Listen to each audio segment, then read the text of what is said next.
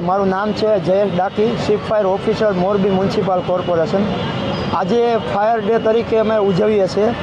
Fire day ઉજવવાનું કારણ એક જ છે કે 1944માં જે મુંબઈમાં ડોકયાર્ડમાં ફાયર થઈ હતી, એક જહાજમાં જે વિસ્ફોટક ભરીને જતું હતું એને, તેમાં અમારા ફાયરના જવાનો 66 જેવા જવાનો શહીદ થયા હતા। એના અનુસંધાને જ્યારે પણ 14 એપ્રિલ આવે છે વર્ષે, ત્યારે અમે ફાયર ડે તરીકે ઉજવવામાં આવે છે। 14 થી 20 તારીખ સુધી અમે ફાયર સર્વિસ વીક ઉજવીએ છીએ। એમાં અલગ અલગ જગ્યાએ સ્કૂલ, કોલેજો, જે ફાયર સ્ટેશન ડેમો રાખીએ છીએ। આજે ફાયર સર્વિસ ડેના નિમિત્તે અમે સવારે કેસરબાગ ખાતે ફાયર સ્ટેશન ખાતે જે 66 જવાનો ફાયર શહીદ થયા છે એને શ્રદ્ધાંજલિનો કાર્યક્રમ અમારે સવારે 8 વાગે રાખેલો હતો। એના પછી આજે 6:30 થી 7:30ના દરમિયાન જેટલા અમારા ફાયર વ્હીકલ છે, જે બુલેટ છે, રેસ્ક્યુ વ્હીકલ છે, વોટર બાઉઝર છે, અલગ અલગ મિની ફાયર છે, બોટ છે, યોદ્ધા છે, વોટર બાઉઝર છે, એ સાથે અમે ફાયરની વ્હીકલની રેલી ગેંડા સર્કલ, કેસરબાગથી ગેંડા સર્કલ, સર્કિટ હાઉસથી થઈ અને પાડાપુલ, મણિમંદિર થઈ અને ઉમિયા સર્કલ થઈ, રવાપર ચોકડી થઈ અને અમે છેલ્લે બાપા સીતારામ ચોકમાં વિરામ કરેલો છે। બાપા સીતારામ ચોક ખાતે ફાયર વ્હીકલમાં જે અલગ અલગ ઇક્વિપમેન્ટ હોય છે, સાથે અમે rescue tender, 27 metre TTL turntable ladder સાથે અમે તિરંગાનું આયોજન 3D શૂટ કરી અમારા ફાયર ફાઇટર જવાન તિરંગો લહેરાવેલ છે।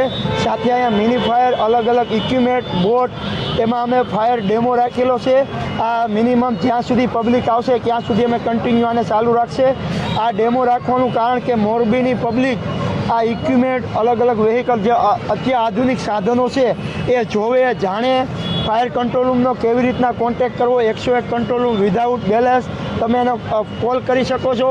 એની emergency rescue call, fire call, કોઈ વ્હીકલ એક્સિડન્ટ, કોઈ લિફ્ટમાં ફસાઈ જાય, કોઈ પાણીમાં ફસાઈ જાય, અથવા તો કોઈ ડૂબી ગયું હોય, કોઈ પણ એની ઇમરજન્સીમાં અમારો કંટ્રોલ રૂમનો કોન્ટેક્ટ કરી શકે છે। 101 કંટ્રોલ રૂમ અમારા કોન્ટેક્ટ જે કેસરબાગ ખાતે હાલ ફાયર સ્ટેશન છે તેનો કોન્ટેક્ટ નંબર છે। હાલે જ અમે અત્યારે 5 ફાયર સ્ટેશનનું ઉદ્ઘાટન થયેલું છે। એમાં અમારે જે જૂનું ફાયર સ્ટેશન હતું સુધારા શેરીમાં, પહેલું ફાયર સ્ટેશન એ બની રહ્યું છે। બીજું સર્કિટ હાઉસ ખાતે મોડેલ ફાયર સ્ટેશન બની રહ્યું છે જે જિલ્લાને કવર કરશે। ત્રીજું SP રોડ ખાતે ફાયર સ્ટેશન બની રહ્યું છે। ચોથું અમરેલી ખાતે ડેમ પાસે જે રેસ્ક્યુના બનાવ બનતા હોય ત્યાં ફાયર સ્ટેશન બનેલું છે। રાજકોટ રોડ ઉપર એક્સિડન્ટના કોલ બને ત્યાં અમારે સનાળા ફાયર સ્ટેશન બની રહ્યું છે। આના સિવાય અમે અત્યારે નવા ફાયર સ્ટેશન 2 મિની ફાયર આવેલા છે। એના સિવાય અલગ અલગ 7 વ્હીકલ, જે પ્રમાણે અમારે જોઈએ એવા 7 નવા વ્હીકલ વસાયેલા છે। એના સિવાય અમારી પાસે સ્પીડ બોટ છે, જે 3 બોટ અલગ અલગ 8 સીટર છે। અત્યારે હાલે અમારી પાસે 21 જણાનો સ્ટાફ છે। હાલે અમે આ મંથની અંદર 30 જણાનો ફાયર સ્ટાફ ભરતી કરેલો છે। શોર્ટ ટાઈમમાં એને અમે વર્ક ઓર્ડર આપીને હાજર કરી લઈશું અને ઓલ ઓવર મોરબી જિલ્લાને પહોંચી વળીએ તેના માટે થઈને અમે સક્ષમ છે।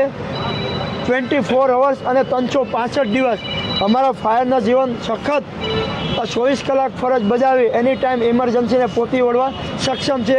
અમે અત્યાધુનિક હજી પણ વાહનો અને વ્હીકલો અને ઇક્વિપમેન્ટ, રોબોટ, એવા વ્હીકલો અમે આ બજેટમાં ખરીદવાના છે, જે આગળ તમને પ્રોવાઈડ કરશું।